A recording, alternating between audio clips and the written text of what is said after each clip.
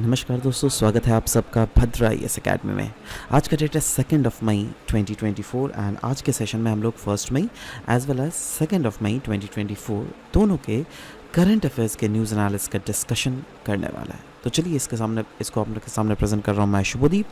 चलिए शुरुआत करते हैं। सबसे पहला न्यूज़ हम लोग असम ट्रिब्यून का ये आर्टिकल से डिस्कस करेंगे जहाँ पे बात की गई थी मोआत्सु फेस्टिवल के बारे में। ना, मोआत्सु फेस्टिवल ये नॉर्थ ईस्ट के एक स्टेट में सेलिब्रेट किया जाता है एंड दैट इज़ नागालैंड। जी हाँ, अभी रिसेंटली न्यूज़ इसलिए था क्योंकि जो नागालैंड के आओ नागा कम्युनिटीज़ है ना, वो सेलिब्रेट करते हैं Moatsu festival. That's why this was in news. ना, ये सेलिब्रेट जो किया जाता है, क्यों सेलिब्रेट किया जाता है? क्योंकि एग्रीकल्चरल सीजन आने वाला है, उसी का कल्मिनेशन के लिए ये लोग खुश होते हैं and they do celebrate in the form of Moatsu festival, right.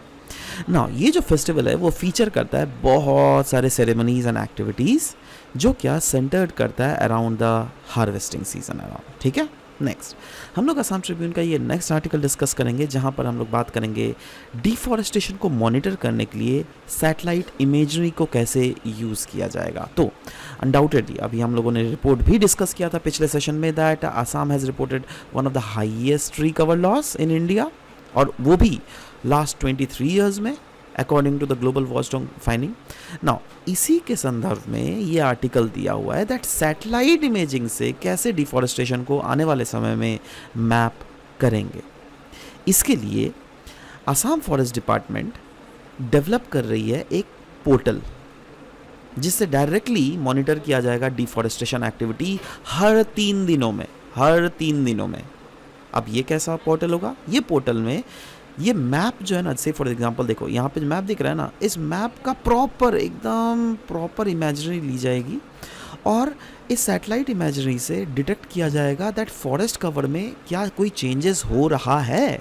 अगर हो रहा है तो क्या हो रहा है, क्या वो ग्रीनरी घट रहा है या बढ़ रहा है, अगर घट रहा है तो किस रेट से घट रहा है, कहाँ घट रहा है, उसके बेसिस पे गवर्नमेंट एक्शंस भी ले सकती है। ठीक है, सो इसीलिए बोला गया है दैट इस प्रोजेक्ट के अलाउंड कुछ कंट्रोल रूम सेटअप किए जाएंगे और साथ ही साथ फॉरेस्ट ऑफिशियल्स को ट्रेन किया जाएगा जिससे इस न्यू सिस्टम को वो लोग इफेक्टिवली इस्तेमाल कर सके। और कहा जा रहा है इसका इस्तेमाल लोकसभा इलेक्शंस के बाद से ही फुल स्केल में स्टार्ट हो जाएगा। नाउ कहा जाता है दैट ये initiative is a part of APFBC that is Assam project on forest and biodiversity conservation का फेज 2। तो सवाल होता है ये है क्या, मतलब इसका फेज 1 है क्या, Assam project on forest biodiversity conservation. देखो ये जो Assam project on forest biodiversity conservation है ना, ये गवर्नमेंट ऑफ असम के द्वारा एक स्पेशल पर्पस व्हीकल बनाया गया था under the societies registration act of 1860। ठीक है, और सोसाइटी को जो है मैंडेट किया गया है दैट आप मतलब बेसिकली इस सोसाइटी को दैट इज़ APFBC को मैंडेट किया गया है दैट इनका जिम्मेदारी है दैट कोई भी एक्टिविटी जो क्या फॉरेस्ट के रिलेटेड प्लानिंग हो, इम्प्लीमेंटेशन हो, मॉनिटरिंग हो, कोऑर्डिनेशन हो या फिर मैनेजमेंट ही क्यों ना हो, अगर असम का फॉरेस्ट और बायोडाइवर्सिटी में कोई भी planning, implementation, monitoring, coordination, management कुछ भी चाहिए तो वो ये वाली special purpose vehicle that is एक जो सोसाइटी क्रिएट किया गया वो करेगी, राइट। और ये जो इनिशिएटिव है अभी जो हम लोग बात कर रहे हैं satellite based imagery to monitoring deforestation, ये भी कहा जा रहा है इसी का एक पार्ट है। ठीक है, तो वही बोला जा रहा है this approach highlight the state commitment to preserve its biodiversity as well as forest resource. मतलब इस अप्रोच से कहीं ना कहीं असम का कमिटमेंट हमको दिख रहा है दैट जी हाँ, असम एक्चुअली में ग्राउंड लेवल में बायोडाइवर्सिटी और अपने फॉरेस्ट रिसोर्सेज को कंजर्व करना चाहती है। नेक्स्ट हम लोग असम ट्रिब्यून का कल का न्यूज़पेपर का ये आर्टिकल को डिस्कस करेंगे, ओल्ड वाइन। नाउ यहाँ पे बोला क्या गया है, क्या ये दारू या फिर शराब के रिलेटेड कोई आर्टिकल है? नहीं, देखो यहाँ पे बेसिकली बोला गया है connectivity of north east India को लेकर, है ना। क्योंकि यहाँ पे क्लियरली एक चीज़ बोला गया that major rail route and vital Ganga Brahmaputra water link through east Bengal is one of the major connectivity thing that is being said here. Now यहाँ पे एस्पेक्ट को फोकस किया गया वो है पार्टीशन, है ना। 1947 में जब पार्टीशन हुआ था तब क्रिएशन हुआ था ईस्ट पाकिस्तान का, जो कि अभी बांग्लादेश है। जब बांग्लादेश का क्रिएशन हुआ ना, उसी समय पता है बहुत सारे एसेंशियल कनेक्टिविटी रूट्स थे जो क्या बिल्कुल ही डिसरप्ट हो चुके थे। जैसे जो इससे पहले रेल रिंग्स एग्जिस्ट कर रहे थे वो कट ऑफ हो चुके थे। हिस्टोरिकल जो वाटरवेज थे उसको एक्सेस बिल्कुल नहीं किया जा रहा था, क्योंकि ऑफ कोर्स ये देश अलग बन गया ना, तो एक दूसरे देश के बीच में ऊपर से इंडिया पाकिस्तान, राइट, कितने कम्युनल डिवीजन हुआ था ये, राइट। तो इसीलिए बोला जा रहा है दैट एक स्ट्रैटेजिक डिसएडवांटेज कहीं ना कहीं नॉर्थ ईस्ट इंडिया के पास है। और वो स्ट्रैटेजिक डिसएडवांटेज क्या है? दैट पहले से ही ब्रिटिश कॉलोनियल पॉलिसीज़ अगर देख लीजिएगा, ब्रिटिश कॉलोनियल पॉलिसीज़ के दौरान ही नॉर्थ ईस्ट को बहुत ही ज़्यादा मार्जिनलाइज किया गया था। और ये जो रीजन है अनडाउटेडली एक पाइवोटल रीजन है जिससे इंडिया को कनेक्ट किया जाएगा विथ साउथ ईस्ट एशिया। तो सवाल है, तो क्या कोई एफर्ट्स लगाया जा रहा है जिससे ये जो पहले कनेक्टिविटी एग्जिस्ट कर रही थी उसको रीस्टैब्लिश किया जाए? जी हाँ, पोस्ट पार्टीशन मेजर्स बोला जा रहा है a rail link was quickly established along Siliguri corridor. Undoubtedly जो चिकन स्नैक है उसके थ्रू एक रेल लिंक को क्विकली इस्टेब्लिश किया गया था जिससे ऑफ कोर्स नॉर्थ ईस्ट को कनेक्ट किया जा सके। और ऑफ कोर्स आपको तो पता ही है दैट पास्ट गवर्नमेंट का पॉलिसी था लुक ईस्ट पॉलिसी, अभी रीसेंट गवर्नमेंट का पॉलिसी है एक्ट ईस्ट पॉलिसी। तो ये कहीं ना कहीं नॉर्थ ईस्ट को सेंट्रल पोजीशन में रखता है ओवरऑल इस रीजन के रीजनल डायनामिक्स में, दैट इज रीजन को डेवलप करने में, राइट। तो what are the subsequent developments and challenges that are there? देखो सब्सिक्वेंट डेवलपमेंट और चैलेंजेस जो क्या है, जो क्या ऑफ कोर्स कुछ क्रिटिसिज्म जो क्या फेस किए जा रहे हैं वो है renaming and slow progress of act east policy. NDA government जो है उनका नाम क्या था, मतलब उन्होंने रीनेम किया है लुक ईस्ट पॉलिसी को एक्ट ईस्ट पॉलिसी। इसीलिए अब जो ये टॉपिक था ना ओल्ड वाइन है ना, तो वही जस्ट है दैट बहुत समय क्रिटिसिज्म दिया जाता है that it is nothing but old wine in a new bottle, that's it, right. So but कहीं ना कहीं जो और भी जो प्रोजेक्ट्स है जैसे ट्राइलैटरल हाईवेज ले लीजिए, Kaladan multi modal project, transport project, ये कहीं ना कहीं इसका भी एक्सेलरेशन उतना ज़्यादा अभी हमें नहीं देखने को मिल रहा है, राइट। जियोपॉलिटिकल सेटबैक की अगर बात करें, अनडाउटेडली म्यांमार में एक बहुत ही ज़्यादा हमें इनस्टेबिलिटी देखने को मिल रहा है। That is recent political instability and civil unrest in Myanmar have stalled these connectivity projects। जो भी connectivity projects थे ना वो बिल्कुल ही stall हो चुके हैं जब से हमें यहाँ पर political instability and civil unrest हमें देखने को मिला है। Current diplomatic needs and future directions। Now what are these? देखो diplomatic initiatives अगर देख लीजिएगा, बोला जा रहा है there is urgent need for dynamic diplomatic efforts जिससे engage किया जा सके with Myanmar leadership, जो क्या ऑफ कोर्स क्रूशियल है फॉर एनी कनेक्टिविटी प्रोजेक्ट। और कॉन्ट्राडिक्टरी मूवमेंट, दैट इज़ कहीं ना कहीं अभी आपको पता है दैट इंडियन गवर्नमेंट ने बोला था इंडिया म्यांमार के बीच का बॉर्डर फेंसिंग किया जाएगा, तो अभी बोला जा रहा है दैट देखो भाई अभी अगर फेंसिंग करोगे ना और भी सिचुएशंस कॉम्प्लेक्स हो जाएगी, राइट। तो इससे जगह कहीं ना कहीं हमें मूव अवे कर देना चाहिए इस डिसीजन से, that is fencing the border, है ना। एंड हमें कहीं ना कहीं कनेक्टिविटी को इस रीजन में इन्हांस करने की बहुत ज़्यादा ज़रूरत है, ठीक है। नेक्स्ट हम लोग आर्टिकल डिस्कस करेंगे आसाम ट्रिब्यून का, a stretch in time. Now a flood preparedness review meeting को हेल्ड किया गया था आसाम में, तो उसी के बारे में ये आर्टिकल दिया गया जो कि बहुत ही इंपॉर्टेंट आर्टिकल है डिजास्टर मैनेजमेंट के पर्सपेक्टिव में। नाउ ये जो मीटिंग था उस मीटिंग में बहुत सारे स्टेक होल्डर्स थे जिसमें यूनिसेफ, ASDMA सारे थे, राइट। और इन्होंने एक्चुअली में क्या एक्सेस किया ना, इन्होंने एक्सेस किया दैट आसाम का फ्लड प्रिपेयर्डनेस है तो है कैसा, कोऑर्डिनेशन कैसे इंप्रूव किया जाए वेरियस स्टेक होल्डर्स के बीच में जिससे फ्लड के इम्पैक्ट्स को मिटिगेट किया जा सके। और आप लोग ऑफ कोर्स अभी मेंस आ रहा है, राइट, अभी जो भी आर्टिकल डिस्कशन हो रहा है बहुत ही ज़्यादा मेंस पर्सपेक्टिव में डिस्कस हो रहा है, राइट। तो ये आपसे रिक्वेस्ट है दैट आपके जो दोस्त हैं आप उनके साथ ये आर्टिकल्स शेयर भी कर सकते हैं। नेक्स्ट, करंट चैलेंजेस क्या क्या है हमारे आसाम में फ्लड मैनेजमेंट को रिलेटेड। देखो पहला तो है प्रिपेयर्डनेस, लैक ऑफ प्रिपेयर्डनेस। बोला जा रहा है authorities often find them अनप्रिपेयर्ड for the annual floods. Authorities जो है ना दे आर ऑफन अनप्रिपेयर्ड, मतलब अभी भी अथॉरिटीज मतलब क्या, जो गवर्नमेंट ऑफिशियल्स है वो प्रिपेयर्ड नहीं है कैसे इसको टैकल किया जा सके। इनसफिशिएंट रिसोर्सेस, बहुत समय देखो अब फ्लड को टैकल करने के लिए हमको रबर बोट्स चाहिए, ट्रेंड पर्सनल चाहिए, वही इनसफिशिएंट है, right. Next is coordination gap, inter agency कहीं ना कहीं कोऑर्डिनेशन अगर देख लीजिएगा between the state and district level authorities वो अभी और भी ज़्यादा हमें इन्हांस करने की ज़रूरत है। रिलीफ एंड रेस्क्यू ऑपरेशन कहीं ना कहीं हमको इम्प्रूवमेंट चाहिए इसमें, और स्टेट डिज़ास्टर मैनेजमेंट अथॉरिटी जो है उनको डिस्ट्रिक्ट एडमिनिस्ट्रेशंस के साथ कंटिन्यूसली कोऑर्डिनेट करना पड़ेगा और इंश्योर करना पड़ेगा दैट अगर फ्यूचर में of course there is high probability of flood coming in Assam, so अगर आए तो यस जिससे बेटर वे में रेस्क्यू और रिलीफ मैकेनिज्म को पहुंचाया जा सके, राइट।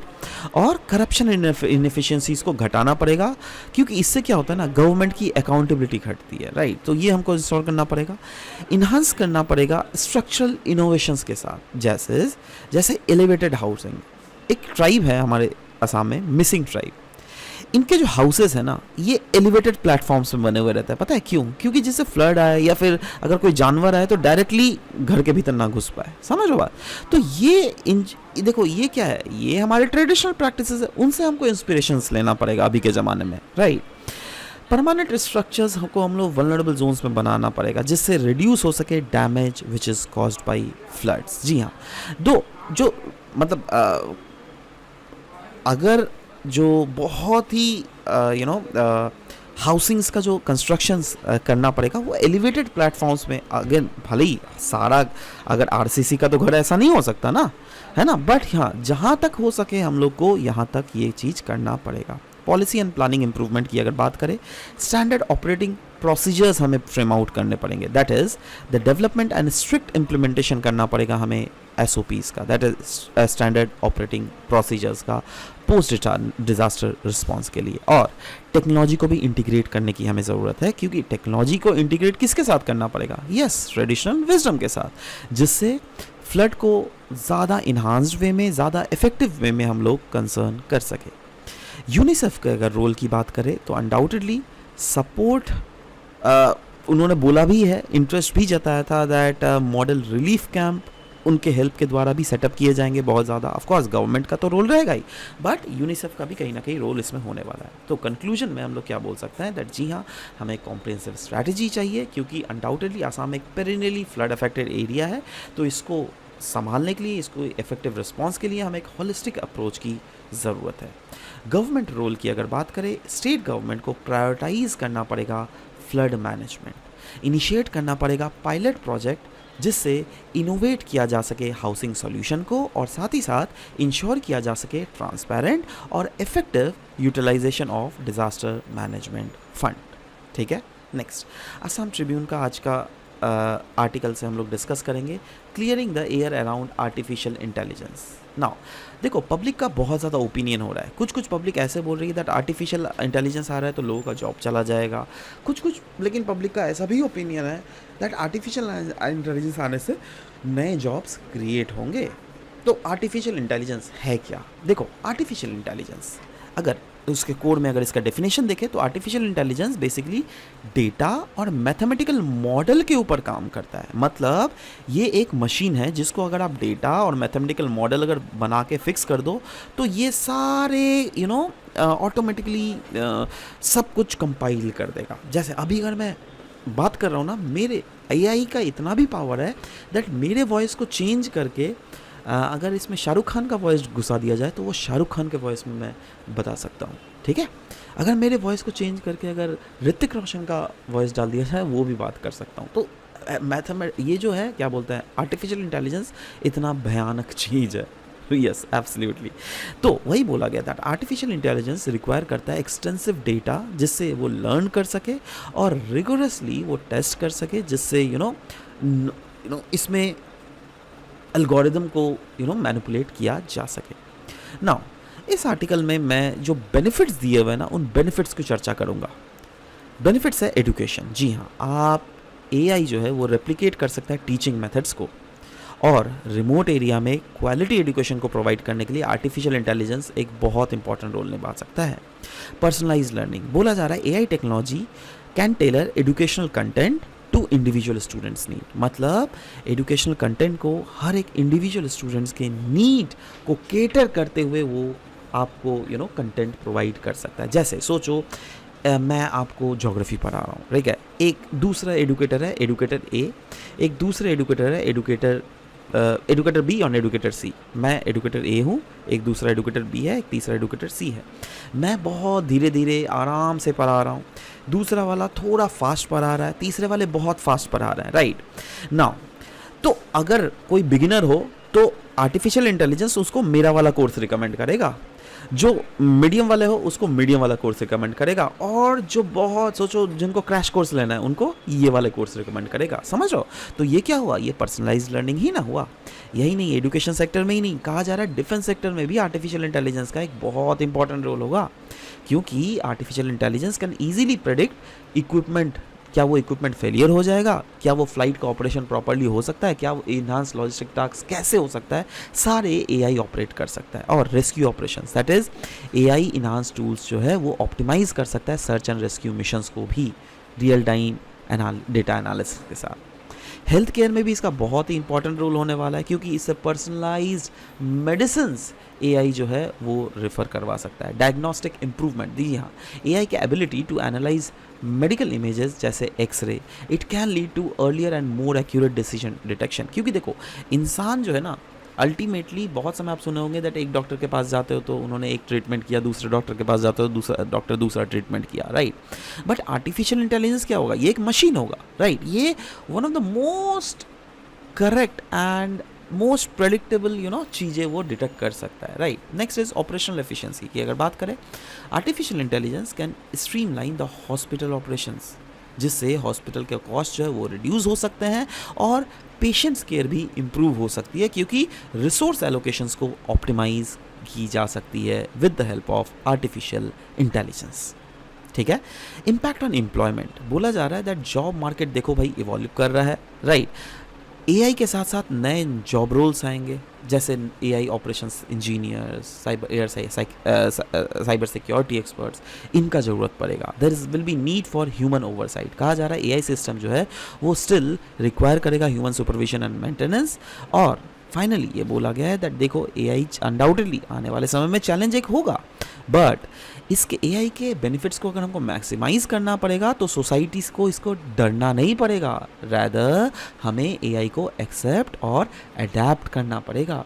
इसी से हम लोग नए चीज़ें सीख सकते हैं। ठीक है। नेक्स्ट असम ट्रिब्यून का अगेन आर्टिकल है वल्चर फैटलिटीज़ को रिलेटेड। नाउ बोला जा रहा है that role of vultures in keeping the environment pollution free. ये जो है ये कहीं ना कहीं हमें इंश्योर करना पड़ेगा दैट जो वल्चर्स अभी के दिन में क्या हो रहा है दैट इनकी मृत्यु हो जा रही है, बहुत ज़्यादा वल्चर मर जा रहा है, और हमें समझना पड़ेगा दैट इनका रोल जो है इकोसिस्टम में काफ़ी ज़्यादा क्रिटिकल है। क्यों? क्योंकि कोई भी डेड ऑर्गेनिज्म के कार्कास को ये खाता है, मतलब इनको हम लोग नेचर्स क्लीनर भी बोलते हैं, क्योंकि जैसे बोला गया डेड एनिमल के कार्कास, जो डेड एनिमल मर जाता है ना, वो कैसे डिस्पोज ऑफ कौन करता है? ये वल्चर्स ही तो उनको खा के करते हैं, राइट। बट अभी देखने को मिल रहा है दैट इनकी मास फैटलिटीज़ हो रही है, दैट ये बहुत ज़्यादा मर रहे हैं। और क्यों? क्योंकि क्या होता है ना दैट ये जो डेड एनिमल के कार्कासेस होते हैं इनमें पॉइजन मिलाया जाता है। अब वो पॉइजन क्या होता है? वो पॉइजन एक दवाई होता है जिसका नाम है डाइक्लोफेनाक। डाइक्लोफेनाक जो है ये एक जैसे कैटल है, सोचो उसके शरीर में दर्द है तो उसको डाइक्लोफेनाक खिला दिया जाएगा। बट वो अगर कैटल मर गया तो उस कैटल के ऊपर कौन आएगा? वल्चर्स आएंगे। अब वल्चर्स अगर उस कैटल को खाएंगे, कैटल के कार्कासेस को खाएंगे, तो इनडायरेक्टली उसके जो शरीर में डाइक्लोफेनाक है वो भी वल्चर्स के शरीर में जा रहा है। बट ये जो डाइक्लोफेनाक है ना, इसको खाने से वल्चर का किडनी फेलियर हो सकता है। इसीलिए वल्चर्स की बहुत पॉपुलेशन में हमें डिक्लिनेशन देखने को मिल सकता है। ठीक है। वही चीज़ बोला गया human actions. The most common cause of vulture death includes poisoning of cattle या फिर गोट कार्कासेस। ठीक है। और करंट अगर स्टेटस देख लीजिएगा वल्चर के पॉपुलेशन का, ड्रामेटिक डिक्लाइन हमको देखने को मिला है फ्रॉम 1970s टू 2007 का जो डेटा हमारे को पास पता है। तो ये जो डिक्लाइन हुआ है ये 97 से 99.99% तक डिक्लाइन हुआ है कुछ कुछ एरियाज़ में। और मेनली पता है कौन कौन से स्पीशीज ज़्यादा इफेक्ट हुए हैं? Long build vultures, slender billed vultures और white rumped vultures. These are the most affected species. Right. Now सवाल होता है क्या क्या एक्शंस की रिक्वायरमेंट है फॉर वल्चर कंजर्वेशन? देखो जो एक्शंस की रिक्वायरमेंट है वो है अवेयरनेस और लॉ इन्फोर्समेंट को हमको इन्हांस करना पड़ेगा, दैट इज़ कम्युनिटी अवेयरनेस जो है और लीगल मेजर्स को हमें इन्हांस करना पड़ेगा. There is critical need for enhanced awareness about role and plight of vultures. जब तक लोगों को ये पता नहीं रहेगा तब तक डाइक्लोफेनाक का यूटिलाइजेशन घटेगा नहीं, राइट. मोर ओवर हमें को लीगल मेजर्स भी लेने पड़ेंगे, दैट इज़ जो भी लॉ इन्फोर्समेंट है उसको स्ट्रेंथन करना पड़ेगा, जिससे पनिश करना पड़ेगा वैसे लोगों को जो क्या इलीगली पॉइजन कर रहे हैं अपने वाइल्ड एनिमल को या फिर वाइल्ड स्पीशीज़ को. ठीक है. Next, educational initiative. अनडाउटेडली हमें एजुकेशनल स्टेक होल्डर्स को इन्वॉल्व करना पड़ेगा, और ये कौन है? Children, youth, teachers. इनको हमको बताना पड़ेगा, और इनको जैसे टीचर्स को बोलना पड़ेगा दैट आप अपने चिल्ड्रंस को बच्चों को इसका नॉलेज दीजिए, जिससे क्या लॉन्ग टर्म में ये अवेयरनेस चल सके और ऑफ कोर्स कंजर्वेशन एजुकेशन भी फैल सके. नेक्स्ट, वियॉन का एक आर्टिकल है प्रोजेक्ट ईशान को लेकर. प्रोजेक्ट ईशान बोला जा रहा है it is based on the article of one nation one air space, और इंडिया का यह प्रोजेक्ट है प्रोजेक्ट ईशान. कहा जा रहा है ये स्ट्रीमलाइन करेगी एयर ट्रैफिक और बेनिफिट करेगा airline as well as passengers को. वो कैसे, चलो देखते हैं. प्रोजेक्ट ईशान, इसका एम ही है दैट एविएशन इंडस्ट्री के कैपेसिटी को इन्हांस करना, जिससे हमारा जो एम है ना दैट 2030 तक डोमेस्टिक पैसेंजर्स का जो नंबर है वो डबल हो जाएगा, वो जिससे एक्चुअली ग्राउंड लेवल में हो सके. इसके लिए हम लोग मर्ज करेंगे इंडिया का 4 flight information regions, that is FIRs. FIRs क्या होता है? देखो, FIR जो है ये एक स्पेसिफाइड रीजन होता है जिसमें 4 रीजन्स है, जिसमें आता है दिल्ली, मुंबई, कोलकाता और चेन्नई. अब ये 4 अलग अलग रीजन्स है, इसी को बोला जा रहा है दैट इसी जो FIR है इसी को मर्ज किया जाएगा इनटू वन एयर स्पेस जो कि अराउंड नागपुर होगा. तो ये जो 4 स्पेसिफाइड रीजन्स है ना, ये ऐसे एयर स्पेस है जहाँ पे flight information and services and alternating service, जिसको ALRS भी हम लोग कहते हैं, ये प्रोवाइड किया जाता है. अब इसको अगर मर्ज किया जाएगा तो ये एक बन जाएगा, और इसका फ़ायदा क्या होगा? इसका फ़ायदा होगा दैट जो एयर सेफ्टी है वो तो इन्हांस होगी, बट साथ ही साथ एयरक्राफ्ट का फ्यूल यूजेजेस भी काफ़ी ज़्यादा ऑप्टिमाइज होगा और कार्बन फुटप्रिंट भी रिड्यूस होगा. इसका एडवांटेजेस अगर देख लीजिएगा, undoubtedly project Ishan would offer numerous advantage, जैसे safety, efficiency, user satisfaction, carbon footprint का रिडक्शन, ऑप्टिमल मैन पावर का यूटिलाइजेशन इसके थ्रू होगा. बट कुछ चैलेंजेस ज़रूर है इसके इम्प्लीमेंटेशन में, जैसे अगर हमको इसको इम्प्लीमेंट करना पड़ेगा, हमको टेक्नोलॉजी को स्टैंडर्डाइज करना पड़ेगा, जो कि एक बहुत बड़ा चैलेंज है. हमको प्रोसीजर्स को रिविजन करना पड़ेगा और फॉर्मुलेट करना पड़ेगा नए पॉलिसीज़ को. नेक्स्ट, बिजनेस स्टैंडर्ड का ये आर्टिकल है सैल्मोनेला कंटामिनेशन इन स्पीशीज़ को लेकर. बोला जा रहा है ओवर द लास्ट 6 मंथ में US कस्टम्स अथॉरिटीज़ ने रिजेक्ट किया around 31% of spices that is coming from India. और ये कौन सा कंपनी का? MDH मसाले का, राइट. क्यों? क्योंकि US अथॉरिटीज़, कस्टम अथॉरिटीज़ ने कंसर्न रेज किया दैट इन मसालों में सैल्मोनेला कंटामिनेशन है. तो सवाल होता है सैल्मोनेला कंटामिनेशन होता क्या है और ये हमारे लिए एग्जाम पर्सपेक्टिव में कैसे इंपॉर्टेंट है. देखो, कोई भी ऐसा इशू जो क्या लार्जर एंगल में ह्यूमन हेल्थ को नेगेटिवली इम्पैक्ट कर सकता है, वो being a civil servant, being a future civil servant आपके लिए बहुत ज़्यादा इंपॉर्टेंट है. और उसमें आता है सैल्मोनेला. सैल्मोनेला एक बैक्टीरिया है which can cause food poisoning in humans. In fact, it is one of the most common foodborne illness worldwide, जो क्या इन्फेक्ट करता है. अगर सोचो आप में ये इन्फेक्शन आ गया ना, तो आपका इंटेस्टिनल ट्रैक्ट्स को इन्फेक्ट करेगा, जिससे आपको डायरिया हो सकता है, एब्डोमिनल क्रैम्प हो सकता है, fever as well as vomiting भी हो सकता है. और ये कॉन्टामिनेशन कैसे होता है? अगर आप कॉन्टामिनेटेड फूड या फिर वाटर को कंज्यूम कर रहे हो जिसमें सैल्मोनेला मिक्स्ड है, अगर आप अनकुक्ड पोल्ट्री या फिर एग्स, मीट या फिर डेयरी प्रोडक्ट्स को खा रहे हो, इसलिए अनकुक्ड चीज़ों को कभी नहीं खाना चाहिए, right. Proper food handling, cooking या फिर हाइजीनिक प्रैक्टिस अगर आप अपना रहे हो, अगर चीज़ों को प्रॉपर कुक कर रहे हो, प्रॉपर बॉयल कर रहे हो, तो अनडाउटेडली सैल्मोनेला इन्फेक्शन से आप अपने आप को बचा सकते हो. So this was all about the discussion that we had for this very session. I hope that this is beneficial. If this is at all beneficial, then you can share this videos with your other aspirants as well. मिलते हैं next session में आप सबके साथ. Till then, bye bye. Take care and thank you guys. Thank you for listening to the whole video. Thank you very much.